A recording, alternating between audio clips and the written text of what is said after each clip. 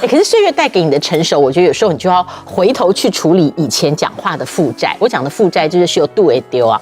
比方像我看你36题，就是得金钟奖的这个节目，有一次柯 P 有来。跟他的太太，对，但是亚伦曾经很直接的，那时候除了平权团体跟性平的学者之外，大概我觉得一般公众人物只有亚伦认为，柯文哲先生他曾经在讨论到进这个外劳这件事的时候，他用了一个动词，那这个牵涉到了把人当作物的不尊重。可是后来你们又在节目上碰到，对啊，你成为主持人，他成为来宾，这个单位本身本来有没有期待你们有什么火花？有。他们倒是节目后才跟我说，我以为你会就是戳一下市长，那我觉得没有那个必要，因为我觉得我们在讨论那一件事情上就是就事而论事，你是对事，不是完全针对这个人，不然的话第2天、第3天再讲他一些什么，不是为了点击率量之类的，对，第一个是对事，不是对人，然后第二个是讲过了这个事情之后，对于你来说。你就不捆绑了。是，就是当你听到这么歪斜的字句的时候，尤其是我对于平权跟性别是很重视，从来不是为了自己行销，而是如果我觉得我去忍受这段话，我很对不起很多人，因为我觉得我是一个公众人物，然后因为这个议题我是很有感触，我是可能会听到在家里。不讲出来的时候，我会流眼泪的。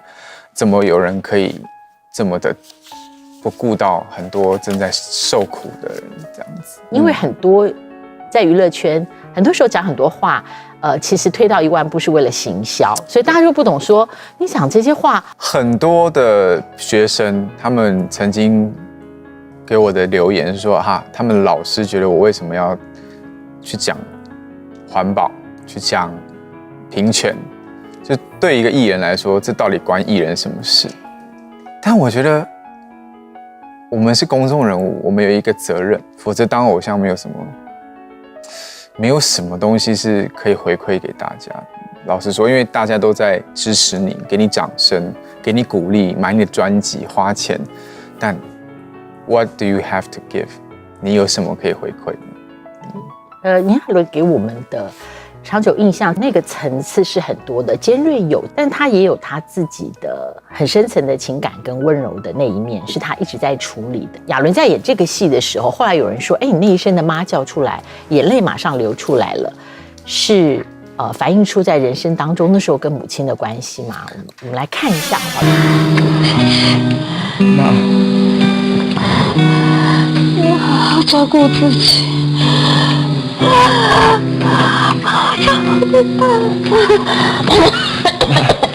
别说了，休息吧。你先休息吧。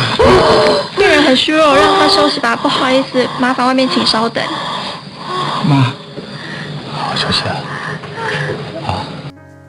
亚伦那个时候 one take 眼泪就流下来哦。对，那个蛮吓到我的，就是第一次在拍摄过程中不会为了流眼泪去做过多的功课，所以第一句开口妈的时候，我不知道那个眼泪就滴在那个床垫上，很清楚的一声，真只有我们现场的人才会看到，然后听到，然后事后导演就过来说，哇，很棒，然后你有突破，这样，那是我在演戏当中第一次感受到成就感。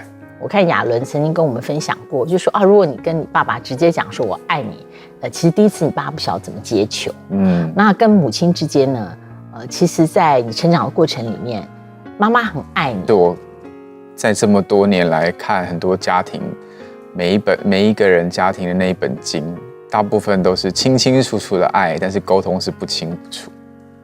认为爱是自然而然，然后不需要去经营的。但是我觉得家人之间的爱反而是更需要经营。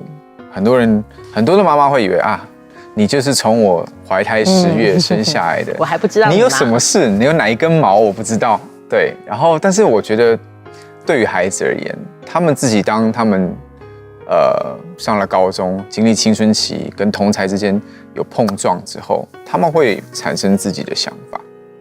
很多时候这两者之间的矛盾没有适时的去做 update， 会造成很多沟通上面的困难。工作上最难的是，你认为你有这个需要清楚完整分享的需求，可是另外一个，也许是你将来的另外一半，也许是你的母亲，她会认为说模糊状态就好了啦，我已经习惯了。有其实我跟妈妈之间大概会是极限的话，大概会是5到10句，就会可能会有一些情绪的波荡。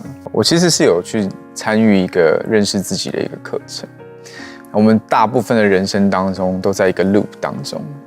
为什么会这么清楚的知道5到10句就可能会吵起来？因为我们用的都是同样的方式去碰撞的，能破解这个圈圈的只有我们自己。所以有一天呢，我在跟妈妈讨论一件事情，然后讲没3句，我就觉得氛围大概又要往那边走了。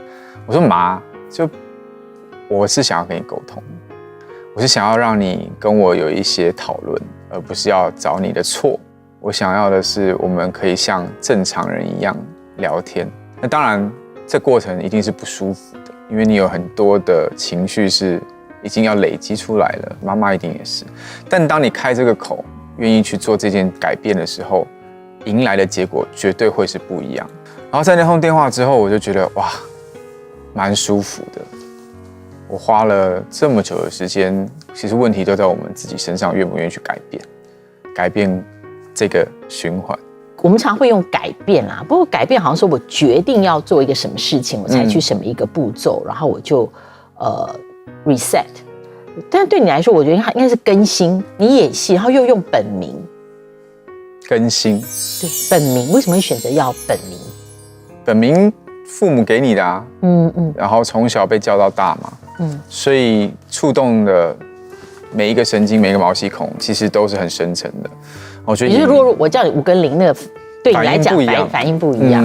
炎亚纶有一点是一个外皮，当然他也开始生根，但总是不可能比你用了30几年的本名还要来得深嘛。所以5跟0在演戏里面，应该是你对于戏剧这个事很严肃、很认真，或是一个抱负，或是一个对演员这个职位的，我愿意献给他我的灵魂。我觉得我的名字是可以做到这件事情的。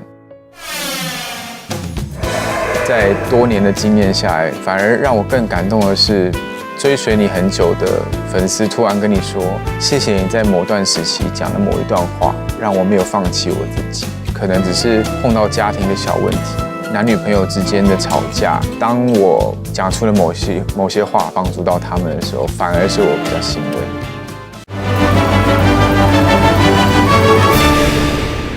你的 IG 的流量这么高哦，这些累积出来总和的流量，现在对你来说，你怎么样的去看待？在多年的经验下来，反而让我更感动的是，追随你很久的粉丝突然跟你说，谢谢你在某段时期讲了某一段话，让我没有放弃我自己。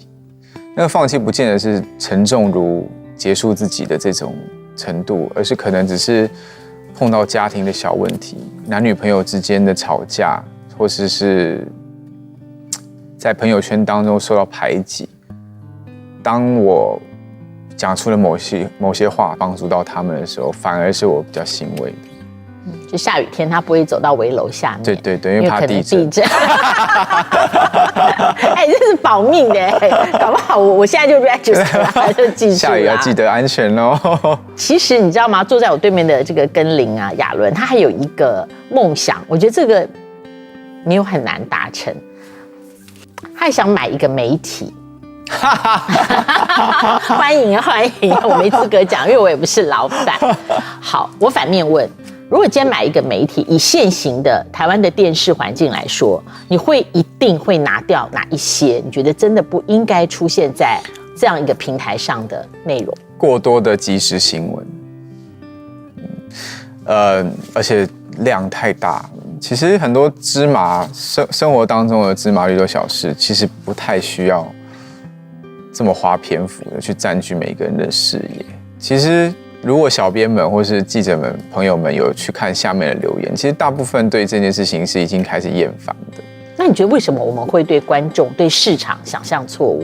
大家会因为大家只看数字啊，当数字累积越多，不管你内容是什么，反正我今天就是要达到10万的 KPI， 那我就发，可能就算是一篇只有1000好了，我就发到那个量，我就达成了我的工作，所以变成是在交代，对吧？当普利兹奖已经没有在任何记者的眼中的时候，这就是一个错误了。但是还是不要忘了，总是要创造个意义比较好。我觉得，假设买媒体，假设真的能够去改善这当中的环境，即便是遭受到可能我们的流量没那么好，我觉得还是需要有一个人去承担这件事情。你买媒体的时候，我概已经年高德少了啊！先跟你要一个工作，记得找我来当顾问哦。还是你想继续主持也可以？不行，我不会对观众想象错误。我们今天播出的时候真的是岁末喽。Christmas。对，所以你对于2022你自己的心愿跟祝福是什么？我还是希望我自己能够真的 be present in every second， 然后我觉得这很重要。因为对于未来，如果我很喜欢六祖慧能的一句话，就是菩提本无树，明镜亦非台。对啊，其实很多时候看什么就是什么，就是最好的生活方式。你在我心里，我觉得你是一个对于不同接受度很大的，我觉得那是人性上，我讲的不是娱乐艺人的本质或怎么样。我其实很感激来节目的来宾，包含刚刚其实在节目前有跟念华姐聊到，焦哥，对，我很喜欢焦哥，那一集。其实陈哥、宪哥来节目上，甚至是伟忠哥来，我其实都学到很多，尤其是陈哥跟我讲，访问的人跟被访的人，其实逻辑上是非常不一样的。切得最干净的，真的就是焦哥，然后陈哥也是，然后宪哥是有自己掌舵的那个霸气，然后因为其实宪哥本身他读的书非常多，所以你会如沐春风的在他旁边被他牵着鼻子走，那也甘愿这样子。但焦哥就会给人家一种哇，他很明白此时他所扮演的角色是什么，所以其实我蛮期待，聪明慧捷，对我还蛮期待念华姐如果可以来我们的毕棚，一定会蓬荜生辉。等一下一起走吧。今天我他们的收视率很好。今天我们没有录影。对，非常期待亚伦在各方面，特别是戏剧。谢谢你，谢谢你这么忙还来，在我们这个2021年岁末的这一集，大家特别珍惜。可以跟念华姐一起过那个 Christmas， 蛮开心的，蛮开心，蛮开心。谢谢你，谢谢，谢谢，谢谢，谢谢，加油，谢谢大家，谢谢。将近1个小时的对谈，我相信还有很多很想跟观众朋友们分享的。在这个对谈当中，我也更认识了念华姐，然后我希望呢，就像今天 Christmas 的气氛一样，在这个节目当中，大家可以一层一层的看到不太一样的自己，所以希望今天你们透过节目也可以看到不一样面向的我。谢谢。